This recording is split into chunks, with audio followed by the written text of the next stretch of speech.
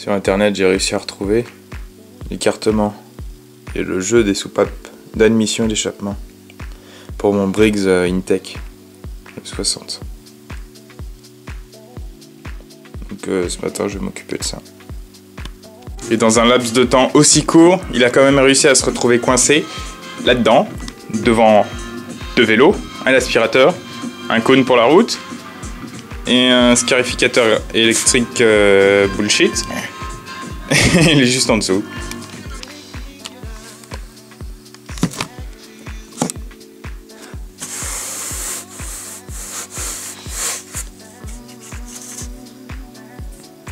Il n'y a plus rien. Hein. Ça c'est juste la dernière fois parce qu'il fuyait. Mais là-dessus, il n'y a plus rien. Et j'ai regardé le niveau d'huile, il n'a pas bougé d'un poil.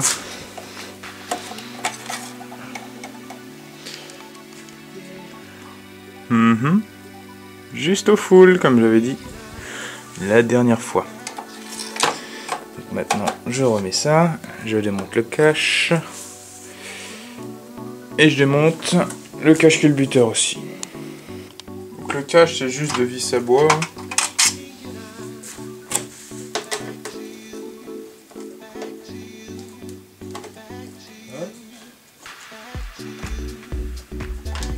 Je l'ai pas encore démonté depuis que j'ai foutu ces vis à bois.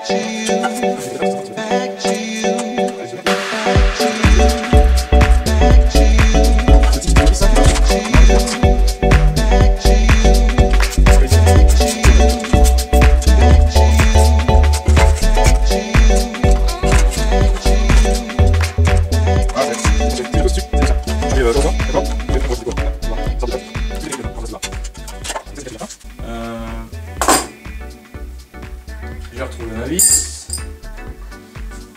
Je vais vous montrer quel était le problème à propos du vilebrequin. C'est ça que j'ai dû limer pour remettre un nouvel écrou dessus parce que le paddy s'était écrasé. Bien sûr, pendant que j'ai bossé dessus, bougie débranchée, mais ça il y était déjà. Donc ça, ce qu'on me l'a demandé.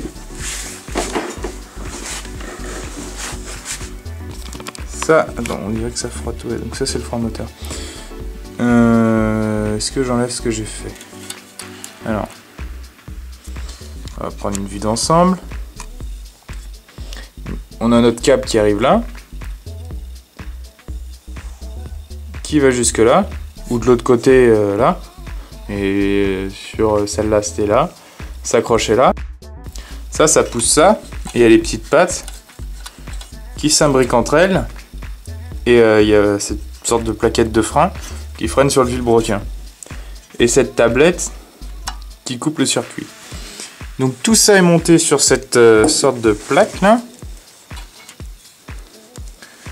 par apparemment 2 boulons. Si tu veux, je peux te le démonter. Et c'est ce que je vais faire, comme ça on verra mieux.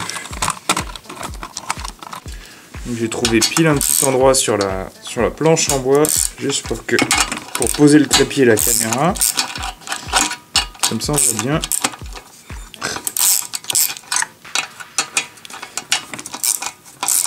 En fait, pour l'instant, je peux l'enlever puis je le remonterai dès que j'aurai une gabi. Enfin, ouais, un châssis avec ça. Juste pas que je paume la vis. Donc on a une vis là, l'autre qui est là.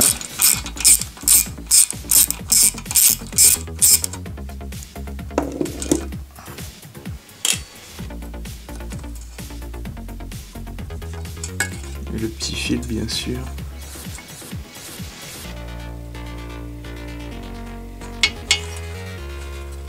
Attends. Le petit fil. Regarde où il se balade. Et les deux sont branchés là.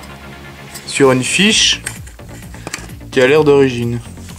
Donc il y a 2 coupe-circuits sur ce moteur. C'est bien ce que je disais. De retour à nos oignons. Ça. J'aimerais pas trop que le fil se balade dans tous les sens.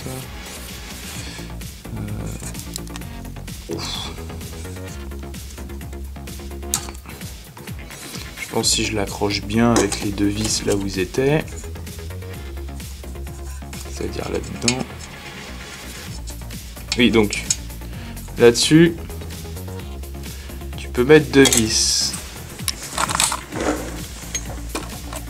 Et c'est moulé avec le bloc. Donc si tu n'en as pas d'origine, vérifie bien que tu aies cet emplacement là, parce que si tu ne l'as pas, je pense pas que tu puisses monter un frein moteur. Ça c'est clair et net. Et ils ont carrément moulé le truc dedans. Moi je pensais que c'était une vis qui... Enfin une sorte de plaquette comme on a vu, mais qui s'accrochait comme ça sur le bloc, sur des trous déjà existants. Mais c'est peut-être sur tous les Intech 60, peut-être qu'ils ont prévu, parce qu'ils vont pas faire 2 moules, un spécialement pour le frein moteur. Je veux dire, le frein moteur est optionnel là-dessus. C'est ce que j'espère pour toi, parce que... Bon, non, la vis ne se revisse pas d'origine dedans. Le petit fil, bah bon, de toute façon je m'en sers pas encore de ce moteur. Puis dès que je m'en servirai, je remonterai le frein. Donc ça je vais le mettre sur le côté. Le frein me dérange pas tellement, hein, c'est juste que j'ai bloqué le petit câble quelque part là où il va pas se bouger.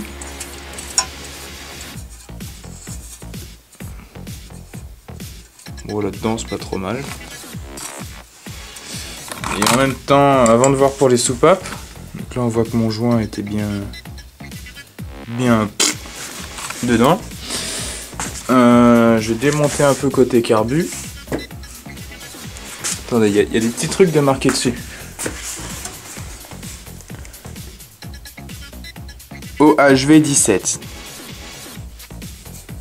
Avec des sortes de... je sais pas quoi, je sais pas pourquoi c'était marqué. Bon. Alors, je vais voir. Là, j'ai une petite tirette. Bon, déjà, il y a du jeu, mais ça, c'est comme sur les Honda. Alors, la tirette, voilà. Il m'avait dit qu'il y avait un ressort qui allait de là à la boucle ici. Est-ce que je démonte? Bon, oui, je démonte. Vu que j'arrive à démonter à la main. Pourquoi j'ai 2 vis différentes déjà? Oh, qu'est-ce que je m'en pose des questions? C'est vrai que c'est un moteur que j'ai récupéré et pas mal bricolé, donc il est comme il est et il fonctionne tel qu'il est. Enfin, il fonctionne plus ou moins. Ah ouais, j'avais qu'une vis sur les deux, alors j'ai mis une autre vis.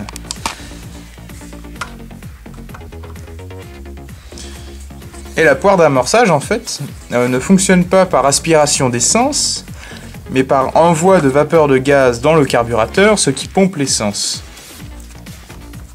Je ne sais pas si la mienne fonctionne. Hein, mais... Pour une fois sur la vidéo, j'ai essayé de le démarrer avec. Et pour une fois que j'appuie dessus, ça avait du mal à démarrer. Donc là, on a le petit joint à ne pas perdre. C'est pour ça que je préfère la Honda aussi, c'est qu'on a des pas de vis qui sortent et non des vis et des vis et des vis. Donc là dedans il y a de l'essence. Peut-être pas faire d'étincelles. Donc le petit ressort. Donc actuellement je vais enlever ma réparation. En attendant, comment j'avais fait ça? Ah oui, j'avais mis à 0, tiré ça. Bon, je m'étais débrouillé. Voilà.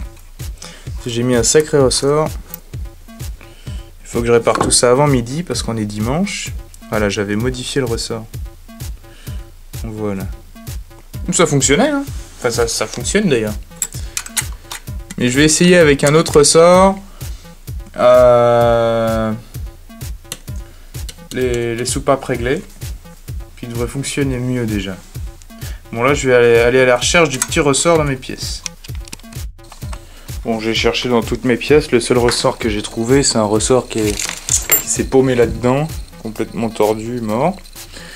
Il me semblait que j'avais ce ressort, mais bah, apparemment je l'ai pas. Donc une fois que j'ai compris le fonctionnement de son ressort en fait. Moi c'est off là, donc coupe-circuit. Donc là c'est on. Là c'est pour normalement accélérer. Normalement. C'est vrai qu'il y a un petit mouvement là. Donc s'il a un ressort de là à là, donc un ressort se compresse. C'est-à-dire que en fait, c'est quand il essaye de trop ralentir, ça doit le positionner. Et vu qu'il a une tige, pour éviter qu'il aille trop loin, ça le repositionne au mieux, on va dire. Donc c'est quand même un moteur à vitesse constante. Ça, je suis toujours d'accord là-dessus. Et ça, c'est le petit... Il me faut un ressort qui va de là à là. Que, bah, à l'occasion, quand j'irai chez mon mécano, je lui demanderai un ressort comme ça. En attendant, si je le retrouve, j'ai mon ressort de table de ping-pong, voilà, qui lui fonctionne tout à fait correctement. Donc ça devait aller là. Hop. Puis ça, d'une manière assez étrange, devait aller là-dessus. Je pense qu'il tourne un peu vite parce que justement les soupapes sont... Faire ça d'une main c'est un peu chiant parce que les soupapes sont déréglées. Je vais juste poser la caméra 2 secondes.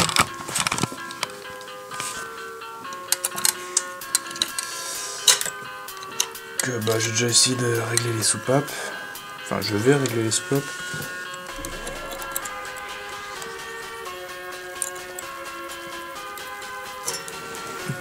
C'est pas bon ça d'avoir le papillon toujours bloqué. Parce que pour l'instant elle n'est pas encore sur une tondeuse, mais quand elle sera sur une tondeuse, quand vous allez dans de l'herbe et tout ça, le moteur force un peu, donc il fait comme ça quand on va vraiment dans de l'herbe très haute. Hein. J'exagère un peu, mais voilà. Et du coup, bah, le petit ressort sert à ça, à réguler la vitesse en fonction de son effort. Et moi, il est toujours à la même vitesse. Et je viens de remarquer que ça a l'air fondu et cassé un peu en même temps. Enfin, ça va, c'est en plastique, donc ça enlève pas beaucoup de poids. Heureusement que c'est en plastique et non en... Comment on appelle ça? Bon, en fonte de... je sais plus quoi. En fonte, je crois, ou tout court en fonte.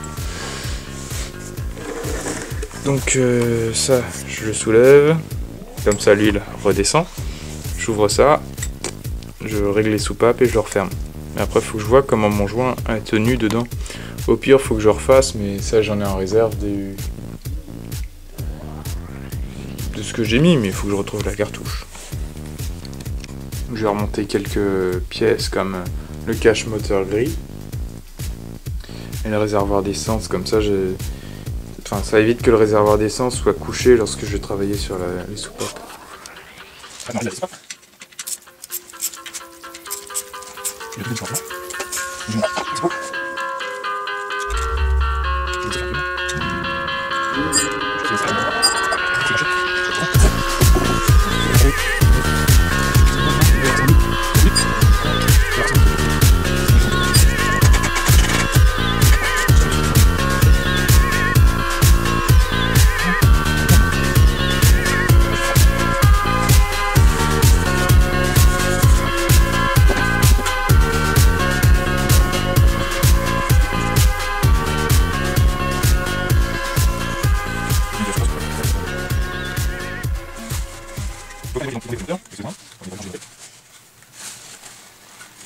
Donc c'est une bonne technique en fait.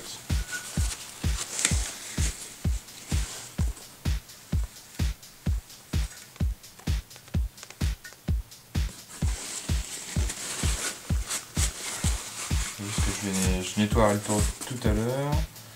Ça je nettoierai tout à l'heure. Pour l'instant, je m'occupe des soupapes. Donc ça c'est propre. Il me faut ça. Donc ça sert, je sais pas le nom exact, mais ça sert à régler les soupapes et l'écartement des bougies. Par exemple pour la Honda, je suis beaucoup servi du 30, du 20 et du 40 pour voir déjà combien elle était et je l'ai réduit, je l'ai mis à entre 30 et 20 je crois. Et pour les Briggs, c'est ces deux-là, sont entre 10 et 20. On va voir à combien ils sont actuellement.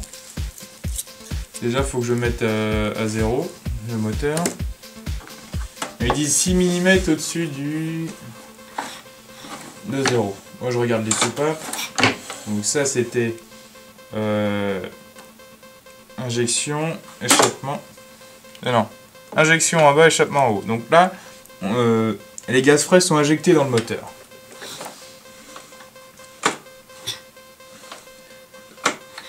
Là c'est bien fermé. Donc là on est à 0. C'est-à-dire que là on est au moment de compression. Donc je devrais sentir. Ouais. Il y a une des soupapes qui est bien serrée quand même. Soupape d'admission. Ce qui expliquerait pourquoi il a du mal à tourner. Donc, on a eu admission échappement.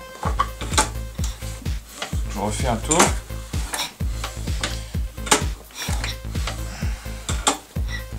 Chaque moteur a ses spécifications. Elle est bien serrée celle-là.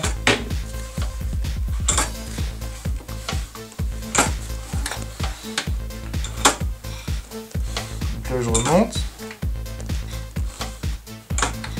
Là on est à 0. C'est bon. Donc il faut être entre 10 et 20 pour les deux. Donc là j'ai le 20. Celle-là, je suis bien.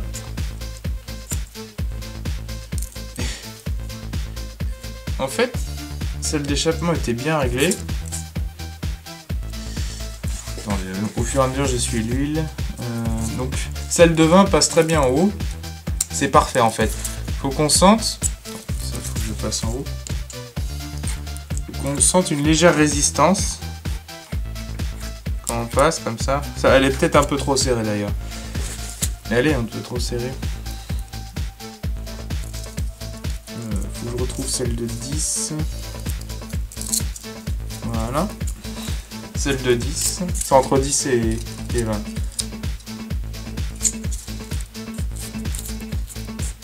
Ouais, celle de haut est trop serrée. Celle du bas, je peux même pas passer là. 0,1 mm ne passe pas là. C'est pour dire à quel point elle est serrée. Maintenant, pour les régler, celle-là, bah, c'est tout con. Je crois, il me semble, il faut... C'est du combien cette petite merde? Ça reste du 11.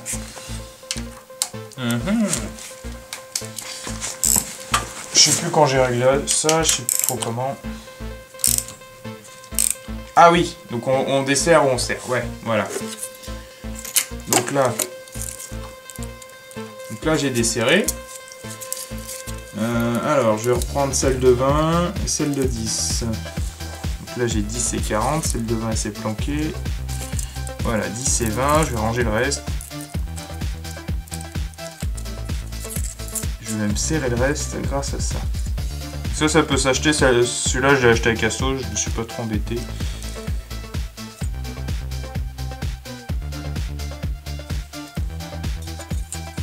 10 passe bien. Donc là je suis beaucoup trop desserré. Donc je vais venir au fur et à mesure serrer.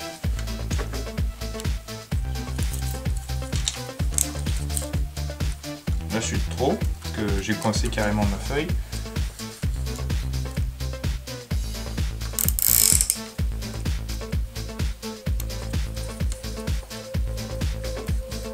C'est vraiment très précis comme travail à effectuer.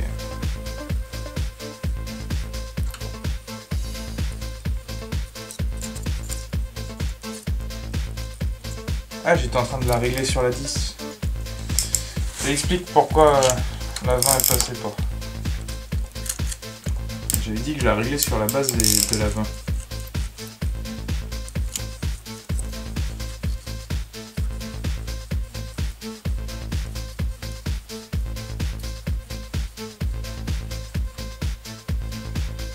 Je serre tout doucement au fur et à mesure.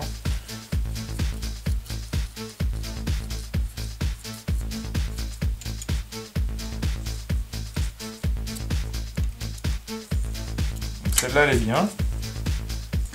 Maintenant l'autre, donc l'autre je vais faire uniquement des serrés pour l'instant. On va essayer de passer celle de 10 au bout d'un moment.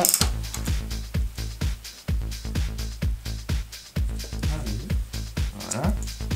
Celle de 20 ne passe pas encore.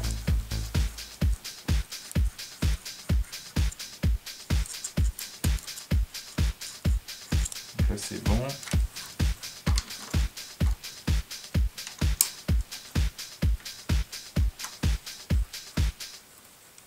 En fait, on sent ça accroche un tout petit peu quand on passe comme ça.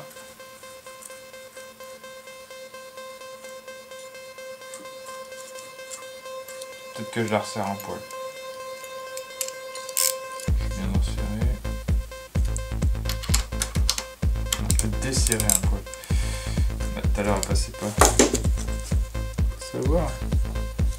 Desserrer. Trop.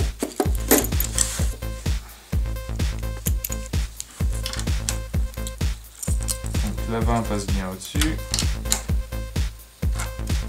Je vais resserrer un poil. Celle en dessous.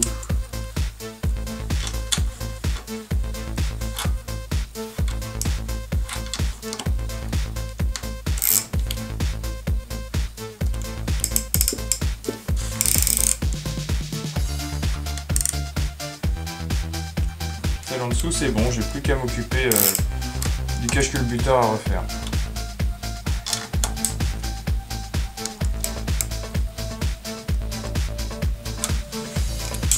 Voilà. Donc c'est bon, j'ai retrouvé le même joint que la dernière fois, j'en ai mis une bonne couche, j'ai bien nettoyé. Cette fois-ci j'ai passé de l'acétone avant, et là le joint je vais le laisser sécher 2 jours. Enfin, j'aurais pu le laisser sécher que cette nuit et puis le tester demain, mais demain je suis pas là donc il séchera 2 jours. Avant qu'il soit en contact avec l'huile, parce que là il est en porte-à-four. Et j'ai plus qu'à nettoyer le cache. Donc là je viens de passer un produit pour tout nettoyer, le plastique, donc il est bien propre.